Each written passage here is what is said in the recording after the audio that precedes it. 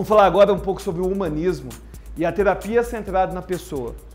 O humanismo ele surge como uma força na psicologia e na terapia, uma força um pouco diferente. Porque se nós pensarmos no behaviorismo, falava do condicionamento, se pensarmos na psicanálise, o ser humano tem uma perspectiva de vida bem pessimista. Freud falava que nós temos nossos impulsos, nossos desejos, nós temos nosso id, que o superego vai, de certa forma, lidar com ele. Isso gera neurose. No mal-estar da civilização, Freud vai falar, a civilização, ela surge e o preço a ser pago é a nossa neurose. Ou seja, por ficarmos toda hora cerceando nossos instintos, nós vamos ter problemas psicológicos. Então o ser humano estaria fadado à infelicidade. A perspectiva do behaviorismo é bem parecida, porque seríamos condicionados pelo ambiente. Seríamos uma tábula rasa que seria condicionada pelo ambiente. Ou seja, não teríamos livre-arbítrio e não teríamos uma inclinação à felicidade. O Skinner, que é o grande nome do behaviorismo, até que tem um livro bem legal, Beyond Freedom and Dignity, que eu acho que chegou a ser traduzido para o português como O Mito da Liberdade, mas eu não sei se ele ainda é publicado, em que ele fala de uma liberdade estatística para o ser humano. O ser humano teria mais liberdade que uma formiga, porque ele poderia fazer mais coisas que a formiga. Então o humanismo ele vai dar uma ideia nova do ser humano. O ser humano tem uma tendência a se autorrealizar e ser feliz. E Maslow vai falar da chamada hierarquia de necessidades, que é uma pirâmide. Uma pirâmide que a base já foi dita por uns filósofos de uma banda brasileira chamada Titãs. A gente não quer só comida. A gente não quer só comida, a gente quer comida, diversão e arte. A gente não quer só comida, a gente quer saída para qualquer parte. Ou seja, o ser humano não poderia pensar em autorrealização se ele não tivesse a fisiologia atendida. Ou seja, se o sujeito não tem comida, não tem água, não nutre as suas necessidades fisiológicas básicas, ele não vai se sentir pronto para se autorrealizar. Depois, um dos caminhos a seguir seria segurança. O sujeito já tem comida, aí ele quer estabilidade. Ele quer viver num local que não tenha guerra. Ele quer viver num local que ele não tenha medo da possível escassez no futuro. E assim vão ter vários degraus em busca da autorrealização.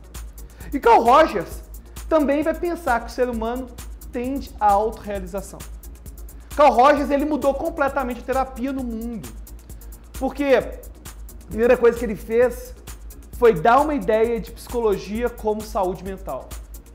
Antes de Carl Rogers, a psicologia era sinônimo de psicopatologia. Não se falava em ir para o psicólogo para manter a saúde mental. Falava-se de ir para o psicólogo porque é doido, porque tem problema, porque é neurótico. Não tinha essa ideia de saúde mental. Quem trouxe isso foi Carl Rogers. Carl Rogers falou assim, não, os sujeitos eles precisam de ter uma saúde mental. E para poder desenvolver esse pensamento, Carl Rogers começou a falar sobre os contextos terapêuticos. Carl Rogers ficava intrigado por que às vezes o abraço de um amigo era mais terapêutico do que várias sessões de terapia. Por que aqueles encontros, como os alcoólicos anônimos, amam demais, os narcóticos anônimos, enfim, todos esses grupos, por que eles são tão terapêuticos? Carl Rogers queria saber. E ele descobriu que alguns elementos para poder surgir terapia. E um deles seria a chamada aceitação incondicional. Carl Rogers percebe que não precisamos daquela autoridade do psicanalista, do psicólogo, do terapeuta. Eu tenho que lidar com o sujeito, com o cliente, com o paciente de uma forma igual. Ou seja, uma aceitação incondicional do sujeito. Eu não vou criar julgamento em relação a ele. Ah, ele matou tantas pessoas. Ou, mas ele é ciumento demais. Eu não posso ter esse pré-julgamento em relação ao meu cliente. E isso aqui é essencial, não apenas para terapia, para qualquer processo. Qualquer processo, seja coaching, seja um mentoring, qualquer processo. Se você não tiver uma aceitação incondicional do sujeito, o processo não vai acontecer. Você não pode já chegar colocando juízo de valor em cima dele. E Carl Rogers percebeu isso. As pessoas querem ser acolhidas. Então, no momento, às vezes, que um amigo dá o abraço, o cara se sente acolhido. No momento que ele está num grupo que tem várias pessoas iguais a ele, naquela mesma situação, que tiveram recaídas também como ele, surge o contexto terapêutico. E ele vai falar também de outro elemento essencial, que é chamado empatia, que Freud vai chamar de transferência. Empatia é conseguir colocar-se no lugar do outro. Empatia tem vários conceitos na psicologia. Ela, por exemplo, pode ser considerada apenas a dor do outro me incomoda. Por exemplo, você está vendo o vídeo cacetado do Faustão? Ou então o Partoba. Aí você vê o cara caindo e toma, sei lá, um chute na virilha. Ou, sei lá, Partoba é bem violento. É bem violento. E você sente a dor. Quem é homem sabe que dor é essa. Você sente a dor e vai para trás. Mulheres também têm certas dores que elas também sentem, assim, só de ver outra pessoa, sente um incômodo. Porque a dor do outro me incomoda. Pessoas que estão assistindo o vídeo que não sentem essa dor podem ter baixa empatia, que é um dos elementos da psicopatia. Cuidado, hein? Cuidado. Mas, enfim, pessoas que não têm empatia, elas não conseguem se colocar no lugar do outro. Mas para Carl Rogers é um pouco mais do que simplesmente a dor do outro me incomoda. É eu conseguir ver o mundo a partir do olhar do outro. Eu conseguir me colocar no lugar do outro. Agora, mais importante que isso, Carl Rogers vai falar da congruência. Ele fala que o ser humano não é doente mental, ele não sofre psicologicamente devido à sua natureza. Pelo contrário, para Carl Rogers, você sofre quando vive uma vida que não é sua. Você sofre quando vive uma vida que não é autêntica. Então ele vai falar da chamada experiência subjetiva e da realidade externa. Se eu tenho uma experiência subjetiva que é incompatível com a realidade que eu vivo, psicopatologia vai surgir. Então, às vezes, você começa a viver num mundo em que, às vezes, eu já vivi fazendo isso. Você se vê tomando atitudes que você jamais tomaria. Nossa, eu gritei com aquela pessoa, por que eu fiz isso? Por que eu faria aquilo? E você começa a viver uma vida que não é sua. Pelas pressões, pelos condicionamentos, o mundo vai te formatando. Como disse Foucault, ele vai te normalizando, ele vai te encaixotando de acordo com as necessidades da sociedade.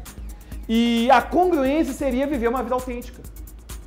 Essa questão de autenticidade, ela começa na fenomenologia com Russell, no início do século XX, na década de 20, mas Carl Rogers vai destrinchá-la bastante.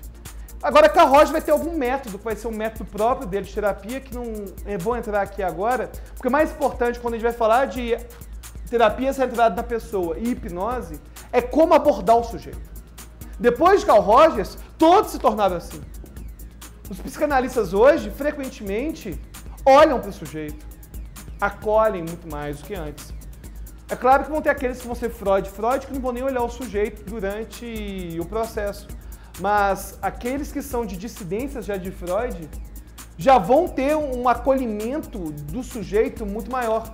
Não vai existir essa relação de que o psicanalista está aqui e o sujeito está aqui embaixo. Ah, eu vou te decifrar. Carl Rogers não tem isso. Ele pergunta o que você quer agora. Inclusive, as pessoas falam assim, a psicologia se preocupa com o passado, a hipnose se preocupa com o futuro.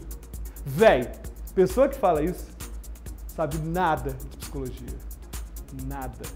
Porque a perspectiva humanista é essa mesmo, é projetada para o futuro.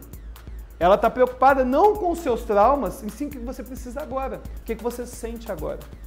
Então, quando a gente vai falar de psicologia e hipnose, na verdade a hipnose vai se encaixar em todas as teorias da psicologia. Por isso que estou passando agora a Carl Rogers.